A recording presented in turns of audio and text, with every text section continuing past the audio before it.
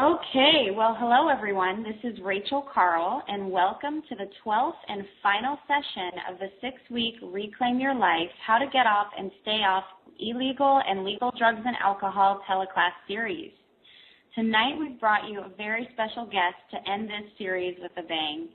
Before I tell you about our guest, I want to remind you that you will have a chance to get your questions answered on this call. If you're listening live from your computer, you'll see the little box on the left-hand side of your screen that says Submit Your Question for the event here. And if you're listening on your phone and you're not on your computer, you can press *2 to raise your hand, and we will try to get to all of your questions at the end of this call. If we don't have time to get to your questions, or if you're listening to the CDs at home, you can email us your questions at any time at findpeace@shangri-la-biospa.com. Now, our guest for this evening is Debra Lynn Dadd of DebraNontoxic.com. She's titled the Queen of Green by the New York Times and is the author of Home Safe Home. Debra's just recently joined the Green Body and Mind and the Biosanctuary as our Green Living Consultant, and we're very excited about that. Debra is a true non-toxic advocate, not less toxic, but actually non-toxic. And she will not only provide the right information, but she'll save you days or even months of research, because it can take that long to really figure out how to do it right and figure out who are the ethical companies out there really making products with you and the planet as the core value. Debra Lynn Dadd brings more than 30 years of research and real-life experience to her work as a health-oriented consumer advocate. She was the first to alert consumers to the toxic chemicals present in everyday household products and reveals both the short and long-term health effects as well as safe alternatives. Her books on the subject have been continuously in print since 1984. And Debra was the first to catalog non-toxic products, making them easily accessible to everyone. Today, Debra is still the leader in her field with her Toxic Free Zone website, an online guide to toxics in consumer products and their health effects. She offers safe alternatives and detox. And her site features a directory to thousands of non-toxic products, a Q&A blog, a bookstore, and more. Debra is a consultant to individuals and businesses, and she lectures frequently. And tonight she will be sharing vital information on how to green our homes, how toxics are the #1 health product, and 10 toxics you can toss today, plus a lot more information. And now I'd like to welcome Debra. Debra, go ahead and take it away, and I'll see you at the end for the Q&A. Thank you, Rachel, for that great introduction. I am so excited about being here, and I'm so excited about my new position as the Green Living Consultant for Green Body and Mind, because I am so in agreement with everything that Genita is doing to detox. As you'll see coming up, I've spent a lot of years, 3 decades, paying attention to where are the toxic chemicals in consumer products so that we can be eliminating those sources of toxic chemicals in our homes and in our lives. But it's only been recently that I learned for myself the importance of removing toxic chemicals from your body as well. So that's why I'm so pleased to be part of the team at Green Body and Mind to bring the expertise that I have and join it with the expertise at the Biosanctuary so that everyone can both remove the toxic chemicals from their bodies and from their homes and have health. First, I want to tell you... Debra, I wanted to mention, I'm sorry to interrupt you, I wanted to mention to everyone that we are having some technical difficulties with the slides tonight. So Debra will explain the pictures that were meant to be there, and we'll just email the slides to everyone in a PDF version so you can see those pictures for yourself after the seminar is over tonight. So sorry to interrupt you. I just wanted to... it's okay. Thank you. Let people know. You're welcome. You're welcome. Okay. So on this first slide that's up right now, there's actually a picture of me that you would be able to see what I look like, but you'll see it on my website or on the PDF file that you're going to get. Rachel already mentioned that I'm the author of Home Safe Home, and I publish quite an extensive website, and I have been a consultant in the field of non-toxic living for 30 years or more. I started out as a consultant because I was working for a doctor. Well, actually, let me tell you my story in a second here. I wanted to show you all the covers of all my books because I've been writing on this subject since 1984, and even before that, I self-published a book. And so I really was the first person who looked at the situation and said, there's toxic chemicals in our homes, and we as consumers and individuals and human beings need to know where are these toxic chemicals. And back in 1984, we really didn't know what we know now about the toxicity of them, but I knew that I was getting sick and other people were getting sick.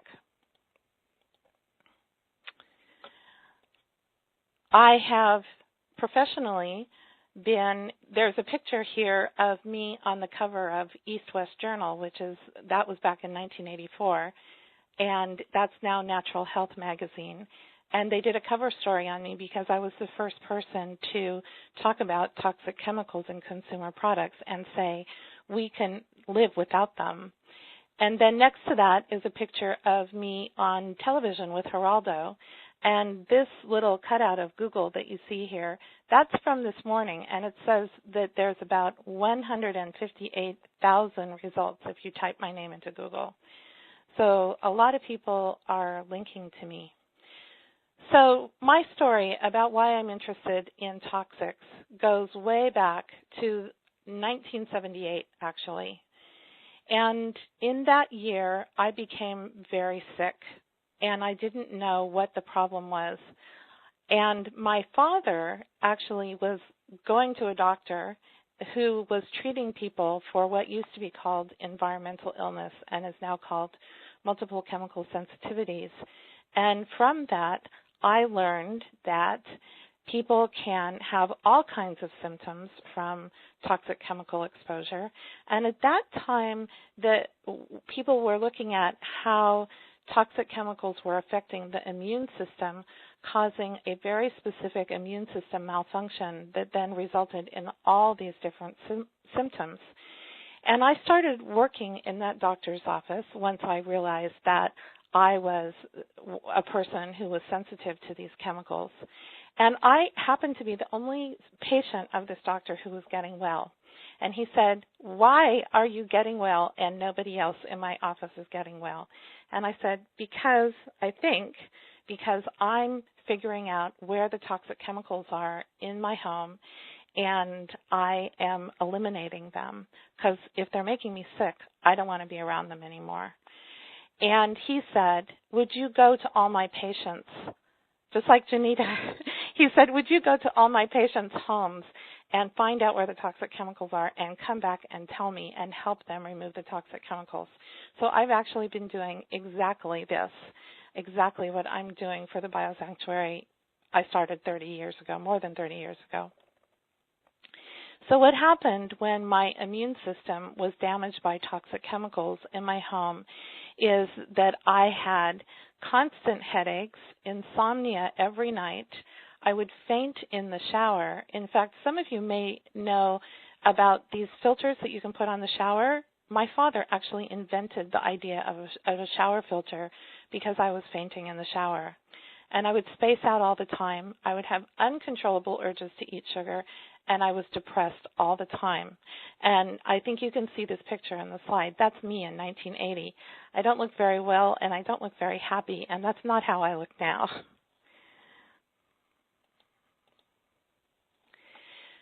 It's my opinion that exposure to toxic chemicals is the #1 health problem today.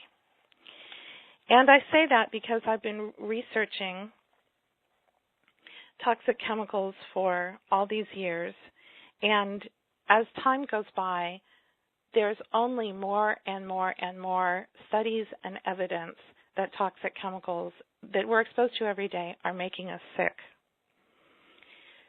If you are younger than age 65, you were born with toxic chemicals in your body. You may have seen the studies from environmental working group where they took the blood samples of the babies and found that there were a variety of toxic chemicals in their umbilical cord blood. But way back in 1964, Rachel Carson wrote a book called Silent Spring. And it was 1962.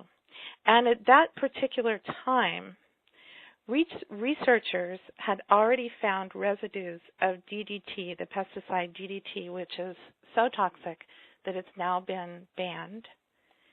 They found residues of DDT in human fat in 1944. I was born in 1955. And also before I was born in 1955, DDT had already been detected in Antarctic penguins living thousands of miles from the locations where pesticides were being used.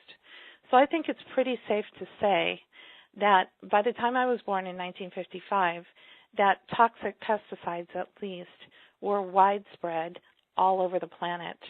And even though there was no environmental working group in 1955 taking blood samples, that doesn't mean that toxic chemicals were not in our blood, and that we've all been living with this toxic chemical exposure our whole entire lives.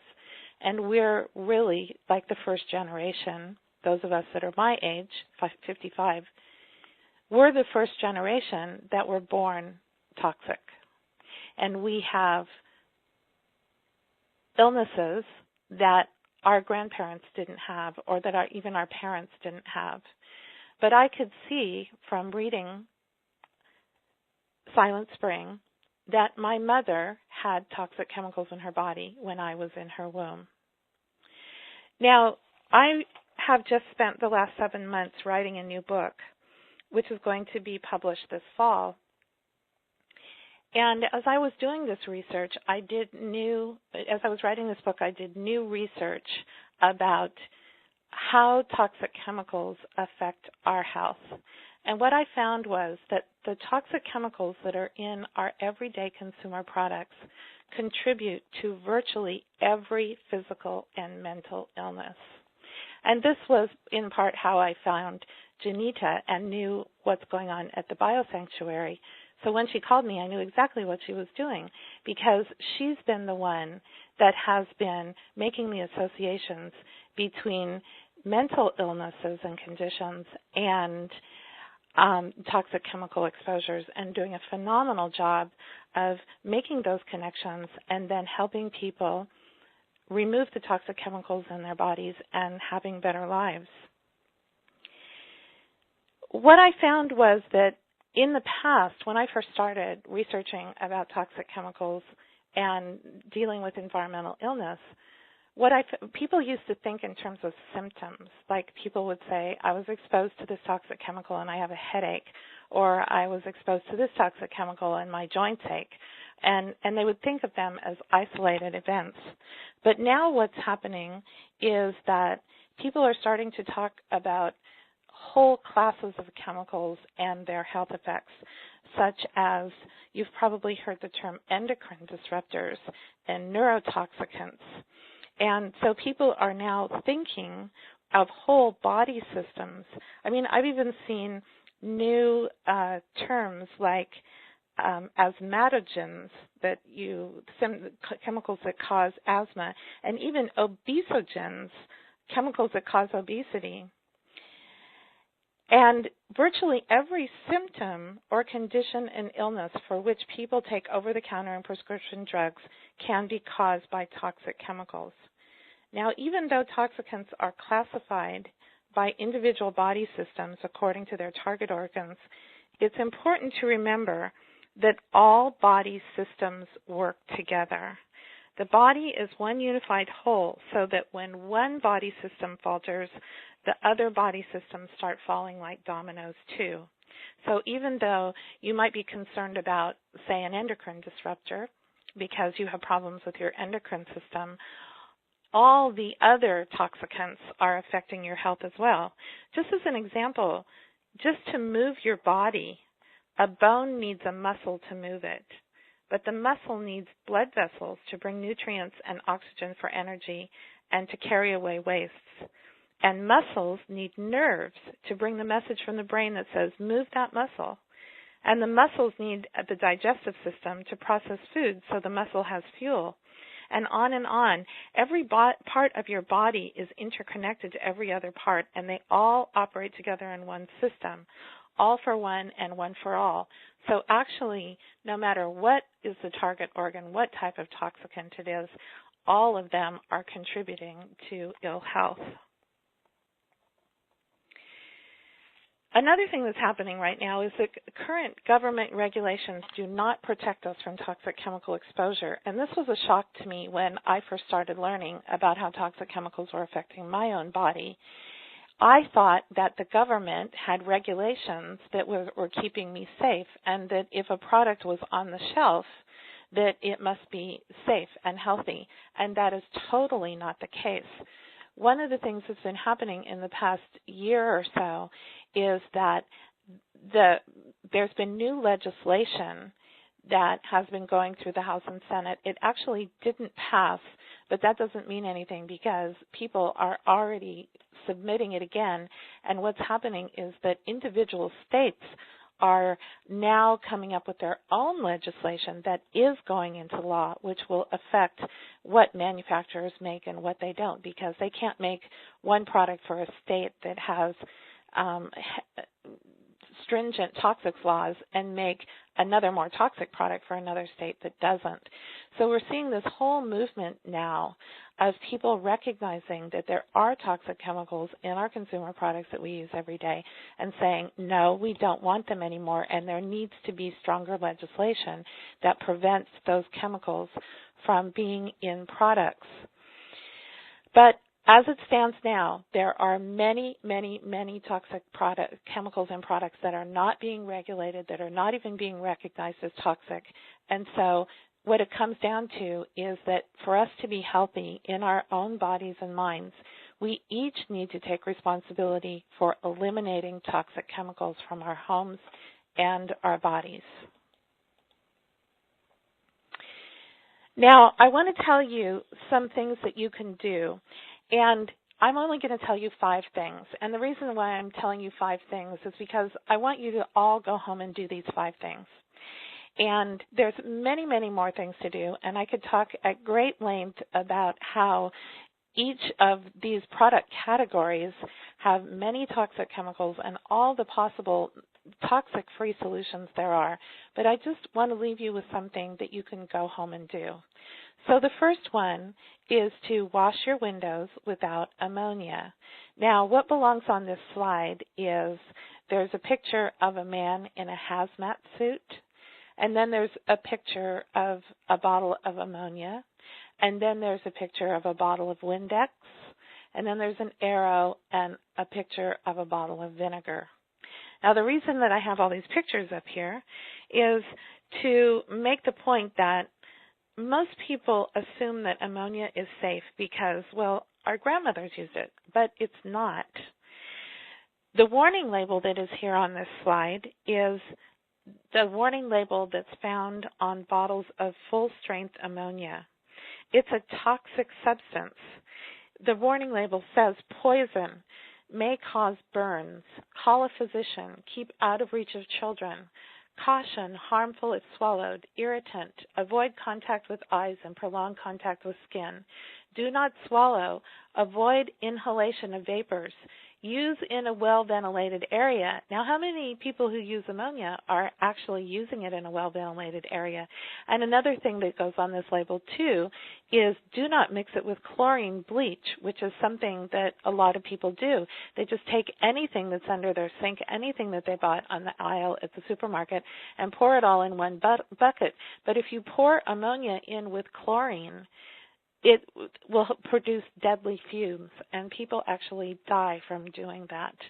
All of these toxic cleaning products, if they were used in a laboratory, people would have to use them, like with ventilation hoods and masks and all these things, and yet these very same toxic chemicals we're allowed to use in our homes with no protection at all.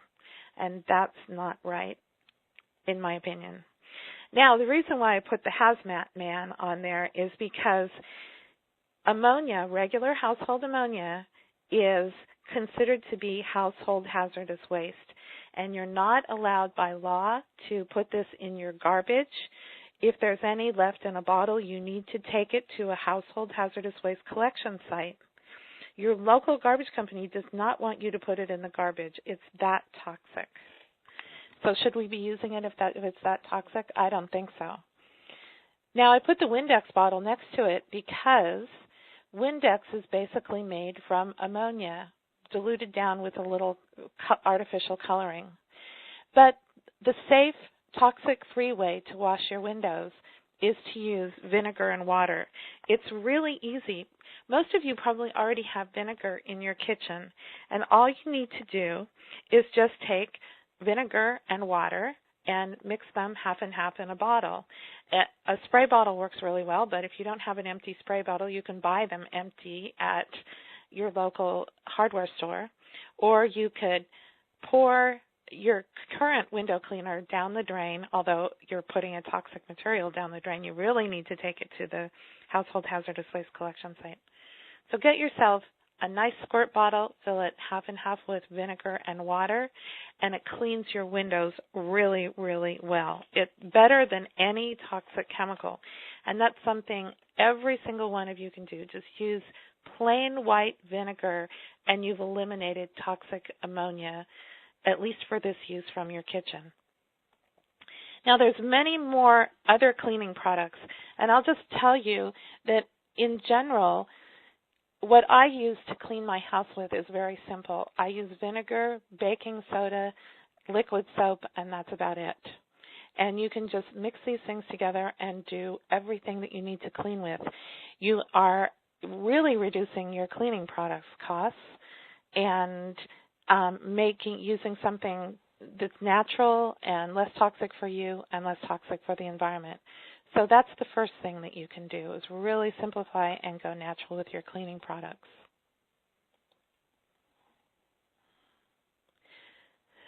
This next slide has a picture at the bottom of a no iron sheet, and then there is an arrow, and it's showing you a beautiful bed with cotton flannel sheets on it with a beautiful leaf pattern.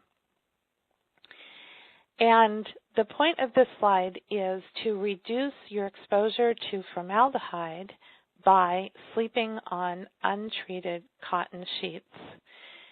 Now, formaldehyde is used to make the no iron finish on bed sheets. And so even though your sheets may be made of cotton, if they're no iron, if they don't wrinkle, or if you have polyester cotton sheets, they all have a finish on them that does not come off, except that it evaporates formaldehyde. And the thing that's so amazing about this is that one of the symptoms associated with formaldehyde exposure is insomnia. So here we have millions of people around the world sleeping on these sheets that are emitting formaldehyde all night. They can't sleep, and they're spending money on taking sleeping pills. And I'll just tell you from my own experience that I was sleeping on these sheets and I had insomnia. And if you have insomnia, you know what it's like to not be able to sleep at night and how that makes your body feel and how it makes your mind feel and how well you can't function if you don't get enough sleep. And so I was really desperate for a solution. I needed to be able to sleep. And when I found out that formaldehyde causes insomnia and that there's formaldehyde on my bed sheets in this no iron resin, I immediately took these sheets off my bed. I found some untreated cotton sheets, which was very difficult to do in 1978, but is not difficult today. And that was the first night that I slept in a very, very long time. Now, the picture that you can see on this slide is the label from a bottle of formaldehyde itself. If you were to just buy a bottle of formaldehyde, it's very clearly labeled with skull and crossbones as a poison. And the warning label says, poison, danger, suspect cancer hazard, may cause cancer, risk of cancer depends on level and duration of exposure. Vapor harmful, harmful if inhaled or absorbed through the skin. And we're all lying in bed, well, not me, but many Americans are lying in bed inhaling formaldehyde all night from these bed sheets. Causes irritation to skin, eyes, and respiratory tract. Strong sensitizer, may be fatal or cause blindness if swallowed. Well, of course, you're not swallowing it if you're lying in bed, but you're breathing these fumes. Cannot be made non-poisonous. And this is what most people are sleeping in all night. So the very first thing that everybody needs to do to reduce their toxic exposure in their bed is to just change your sheets. And you can very easily get untreated cotton sheets.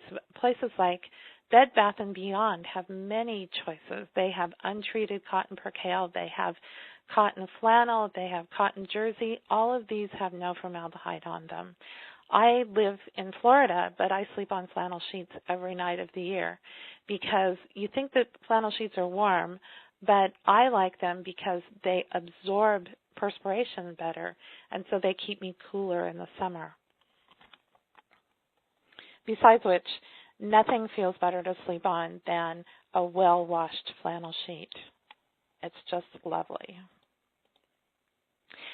Okay, the next thing, before we leave from beds, let's go back to the sheet. That changing your sheet is actually the first step. It's the thing that's closest to your body. So it's the thing you want to change first.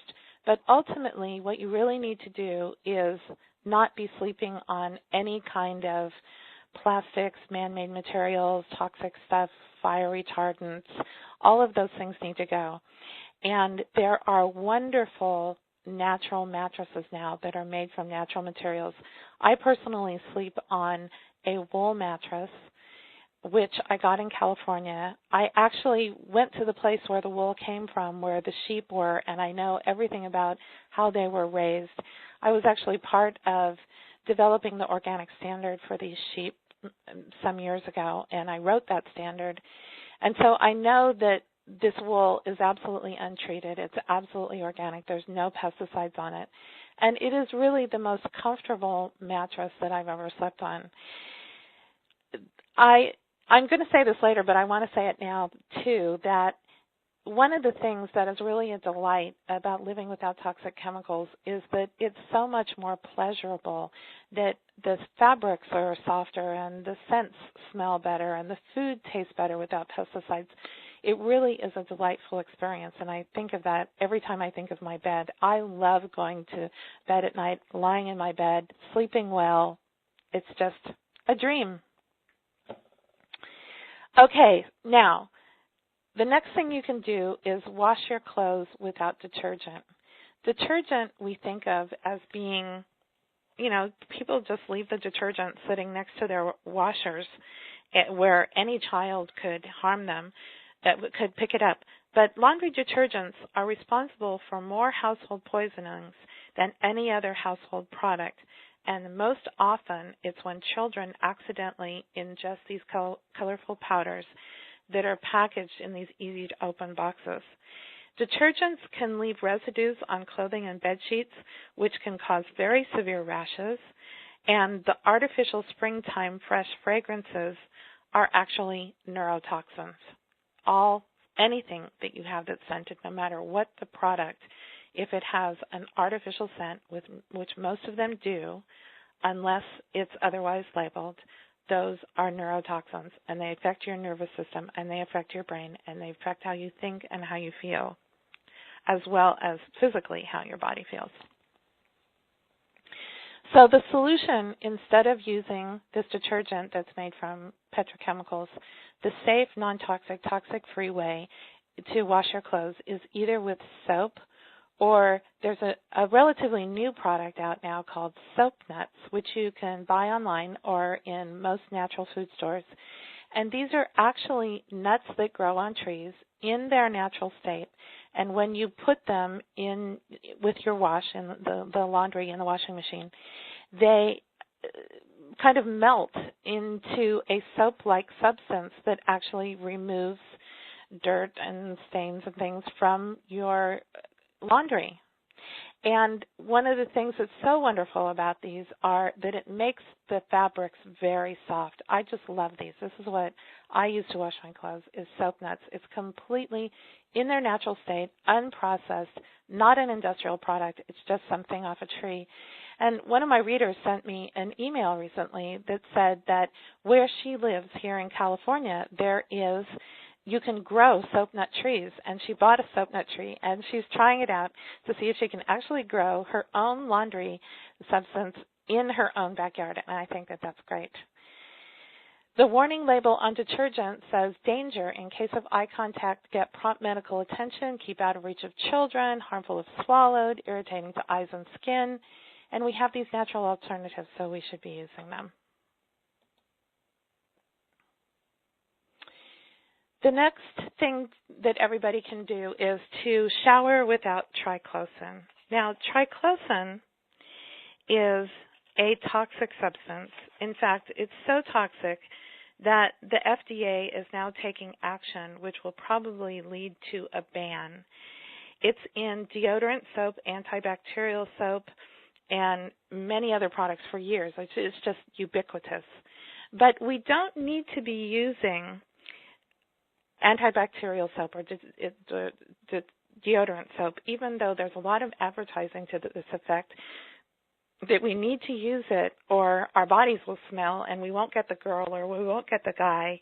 But there was a panel, an investigative panel, that could find no evidence that these soaps with triclosan or other potentially hazardous substance, they actually did not stop body odor any more effectively than plain soap. So what I have here on my slide is, on the left there's a string of deodorant soaps, Irish Spring, Dial, and Zest. And on the right there's pictures of just plain soap with no scent, no antibacterials, and this is really all you need to clean your body, is something very, very plain. Any natural food store will sell a plain unscented soap. You can order many of them online. I happen to be an aficionado of handmade soaps, and especially ones with some lovely natural essential oil fragrances, which are very different from the artificial fragrances that are neurotoxins made from petrochemicals. And it's just very lovely to get up in the morning and have these beautiful soaps in your shower and these lovely natural fragrances. My favorite actually is peppermint and vanilla. And to be able to experience these beauties of nature in the products that you're using every day. I do want to just say a little more about fragrance, because fragrance is one of the most toxic neurotoxins that you're going to find in beauty products. And they're in a lot of products, and if it says fragrance on it and nothing else, that means that it is made from petrochemicals and it's a neurotoxin. So you want to avoid any products that have added fragrances and either use unscented products or products that are scented with natural essential oils. Body odor is best prevented by regular bathing with plain soap and hot water. And if you have a persistent, strong body odor problem, then take it as a sign that something's wrong with your body and see your healthcare professional, because healthy bodies smell sweet naturally. And I want to tell you, a lot of things, especially with body care products, well, before I say this, I just want to say that it's really important with body care products. Whatever is in your body care product goes into your body faster than the toxic chemicals in the food that you eat. You really need to have, if you're going to have anything that's pure, it needs to be your body care products and food as well. But the body care products go straight into your skin and straight into your bloodstream. When you put a food in your mouth, it goes down into your stomach and your intestines, and if you have, say, fat in your intestine from something that you've eaten, it slows the absorption, but there's nothing there in your skin to slow the absorption. You just put on the toxic body care product, it goes straight into your bloodstream, and your blood carries it all throughout your body almost instantaneously. So if you really want to get a good dose of a toxic chemical, get a toxic beauty product and put it on your skin, and it'll be all over your body instantaneously. What I wanted to say, what was it that I was going to say about beauty products? Now I've forgotten, but we'll go on. Next slide. And item number 5 I'd like you all to do is to not use permanent markers because they are full of toluene and xylene. And I see people just picking up these colored markers, these little Sharpie pens or markers, and they smell terrible. This is how you know if it's toluene and xylene. If you take the lid off and you have a strong smell, that means that it's a toxic neurotoxin solvent that is in there that you don't want to be exposed to day in and day out. The warning label for these solvents are poison, danger, harmful or fatal if swallowed, harmful if inhaled or absorbed through the skin, vapor, harmful, flammable liquid and vapor, may affect liver, kidneys, blood system, or central nervous system. There's the neurotoxicant right there. Central nervous system causes irritation to skin, eyes, and respiratory tract. And instead of these toxic markers, you can use water-based markers that you want. There's a little symbol. You can't see it on here, but it says CP non-toxic. And this is a symbol that shows that an independent third-party organization that is dedicated to non-toxic art supplies has evaluated the product and found that there is no toxic chemicals in it. So these particular Crayola markers are not toxic. There are also many water-based markers that you can get at art supply stores. There are water-based pens. Like, for example, I only use Pilot pens to write with because they have water-based ink in them. And other pens, like Bic pens, have toxic solvents in their ink. And you can smell the difference if you just open the pen and put it up to your nose and smell it. And I found that, you know how if you use a Bic pen or other pens like those Bic pens, that the ink will kind of glob up around the tip. That's another indicator of toxic chemicals in the ink.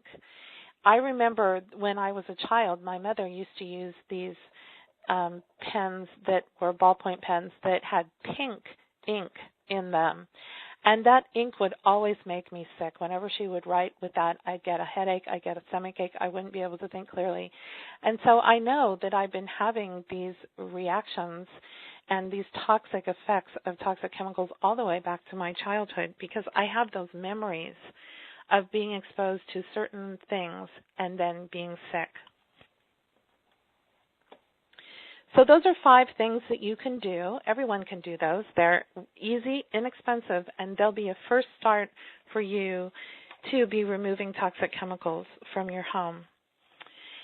I have an ebook on my website called 10 Toxics That You Can Toss Today, and some of these are in the 10 Toxics book, but there's also a few more.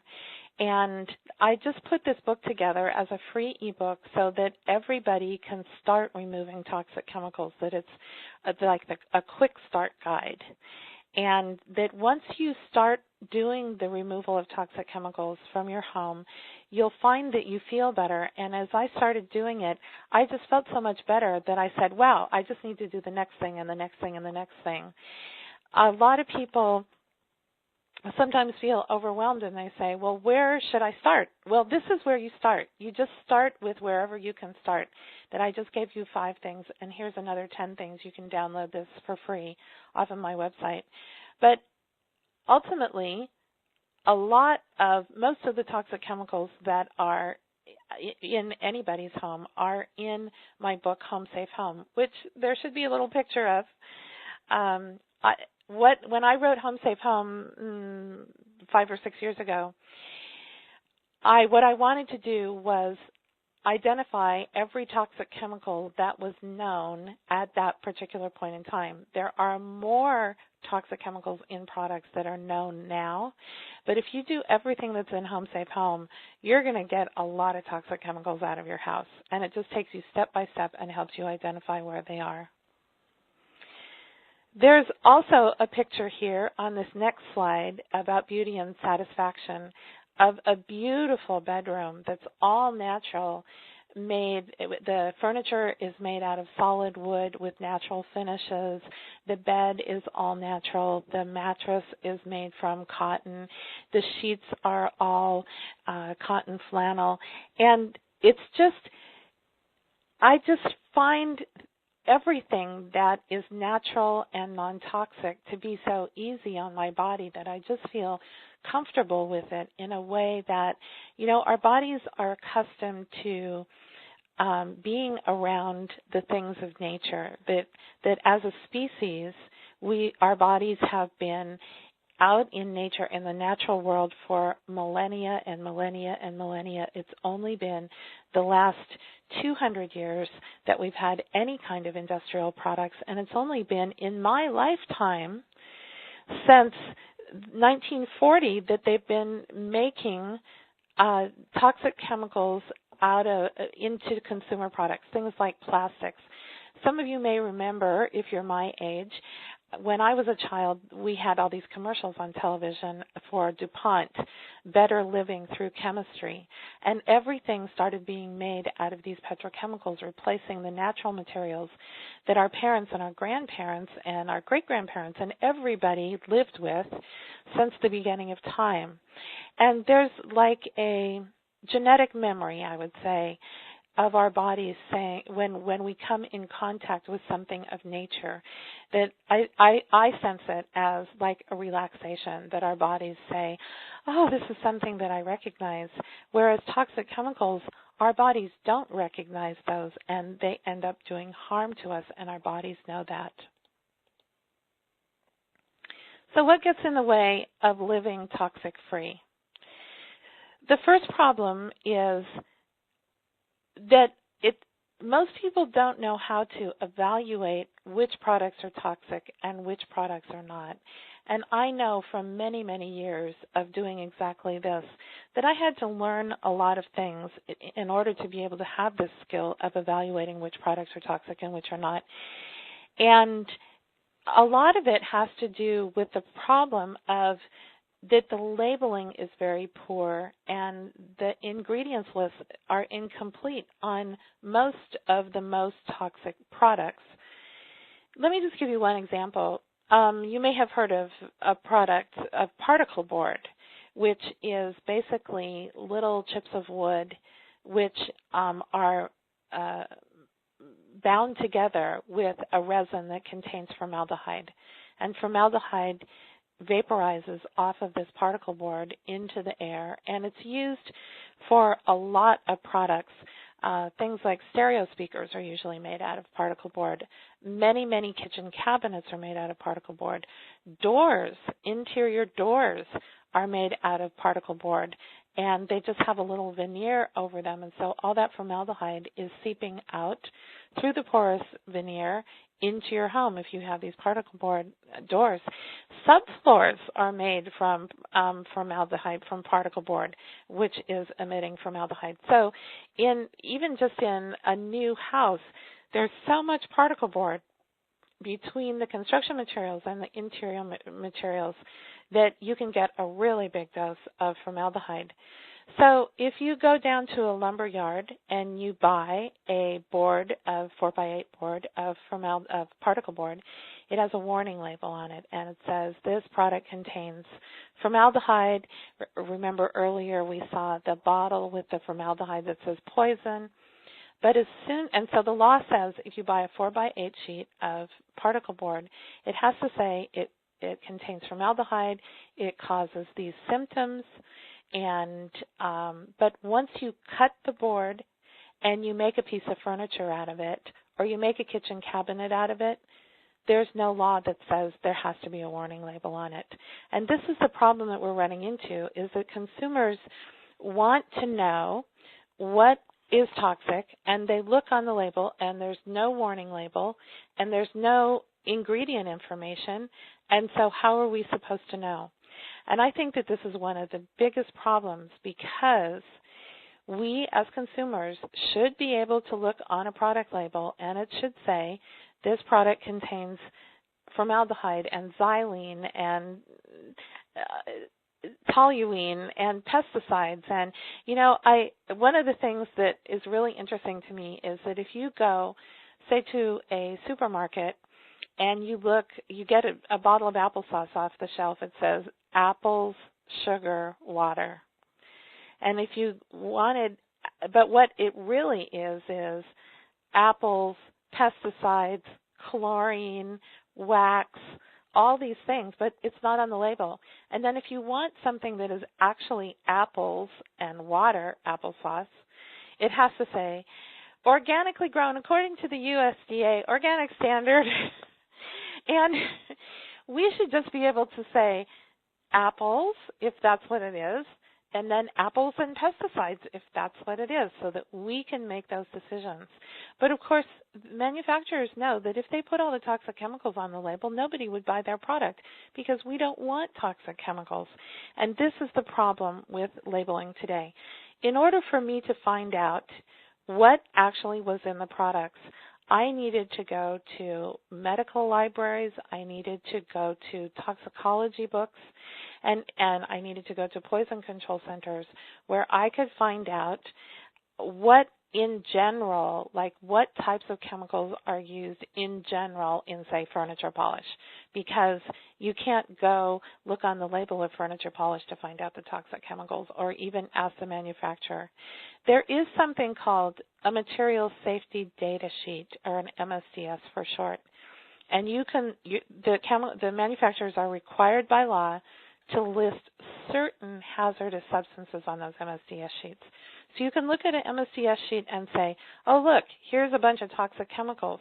But if you look at an MSDS sheet and see that there's nothing listed there, that does not mean that there are no hazardous chemicals in it. It just means that the hazardous chemicals that may be there are not on the official list of hazardous chemicals. So we have to be very careful and very knowledgeable of how to choose products that do not have toxic chemicals in them. Another thing that gets in the way of living toxic-free is simply understanding which chemicals are toxic and how they can affect your health and what is not toxic. An example of this is plastics. I think that most of the general public is educated enough about plastics now that they think plastic, toxic. But in fact, there are a number of different types of plastics. Some of them are very toxic. Some of them leach into your food or emit toxic substances into the air. Some of them are very inert and don't leach at all. Some of them are made from petrochemicals. Some of them are made from potato starch. There's a whole variety of plastics now, and so it's important to understand which is which. Another thing that people run into once they make a decision that they want to live toxic-free is, how do you even begin to find the toxic-free products that you need and want? If you decide that you want to sleep on a natural bed, where do you find one? You don't find it at the local mattress store. You don't find it at the local department store, but they exist. And so you need to find out, how are you going to get those? And then there needs to be a willingness to change. I see a lot of people so entrenched in their current lifestyle, and they say, I have to maintain this toxic life. And I understand that because I went through that too. It's difficult sometimes to make change. But what I found for me was that once I understood that toxic chemicals were making my body sick and affecting how I think and feel, and I could see, for example, like the day that my father put up the filter in my shower to filter out the chlorine, I didn't faint in the shower anymore. It gave me such a huge motivation to then go on and find the next thing, to find out that perfume with synthetic fragrances was giving me a headache, and I stopped wearing my perfume and my headache went away. I could see this, and it was a powerful motivator to go on and do the next thing and do the next thing. And now it's second nature to me to live a toxic-free life. I actually prefer it. It's a joy of life to live this way, and I don't miss living my toxic life at all. But up till that point, until I started to see that there was another way to live, all I knew was the toxic way of living, and that I had to then find that there was another option for me and choose it. That we began to make change by simply making a decision that that's what we want to do, and make an intention to find whatever it is that we need, whatever resources, whatever products, that we just say, this is what I'm going to do, and things start coming. Now, the way I can help you with this is I've been doing this work for over 30 years, and I've been living in a toxic-free way for over 30 years, and I pretty much know everything that needs to be done in order to clean up toxics out of your home. I've remodeled houses, I've redecorated houses, I cook, I have had pest problems, all of these sorts of things. I've solved mold problems, everything. So I have been putting all this material together in various different ways and still have piles more things to do. And on my website, Toxic Free Zone, I have a number of different things that are good resources for you. The first one is Debra's List, and I'll just tell you that right now I'm moving Debra's List from one server to another, so it's not all in one place. But you can see the old one and you can see the new one, and very soon it's all going to be on one server. But what's on Debra's List is more than 1,000 links to products that are non-toxic, and they're products of all kinds. So if you do want to go buy a natural bed, you can just go to the page that has the beds listed, and they will all be there. If you're looking for non-toxic clothing, one of the things that people have been looking for recently is underwear, like 100% cotton underwear without any modal or spandex or toxic chemicals. I mean, you would think that you could just find underwear. But my favorite underwear that I've been wearing all these years, suddenly they started putting synthetic fiber in it. And so now the search is on again. But we did find lots of underwear, and this is all on my website, and this is the kind of things that you really can find anything. And if something that you need is not on Debra's List, you can go over to Green Living Q&A, which is a very popular part of my website, where people write in with their questions about how do they live without toxic chemicals. So one person just wrote in about a roofing problem that she was having, like she needed to put a roof on her house, but what about tar, and how could she protect herself from tar? I just talked to another woman today who was concerned about flooring. Any question, and not only do you get my answers, but you get answers from my readers too, some of who are very experienced and have a lot of knowledge. There's, I think, at this point in time, over 3,000 questions or something on the Green Living Q&A, and more every day. So there's between those two parts of my site, and there's more. I have a bookstore and all kinds of things. Between those two, you're going to be able to get most of the answers to being able to find any product. And if you have any confusion about what the toxicity of any chemical or any product, you can ask that question there for free. Now, I also offer consultations, and the advantage of doing a consultation with me is that you can get the answer right now. Green Living Q&A can take up to a week to get your question answered, but you can call me 5 days a week, Monday through Friday, Eastern Time, and I can answer your question right away. And as Rachel said in the introduction, you really do get all my experience of 30 years and my knowledge, but the experience is something that is really important. I can tell you the products that I use, the products that I've been recommending for years, the products, I know what's out there because I'm looking at this all the time. Nobody needs to start from square one about this. and I can give you those answers just whenever you need them. So I am available to you as your own personal consultant, and I'm happy to answer any questions that you have. So what's supposed to be on this slide here is the Toxic Free Zone logo, and then there's a picture of the cover of my book, Home Safe Home, and another picture of me, which you all will see when you actually get these slides. That's about all I have to say for tonight. Rachel, do you want to ask some questions?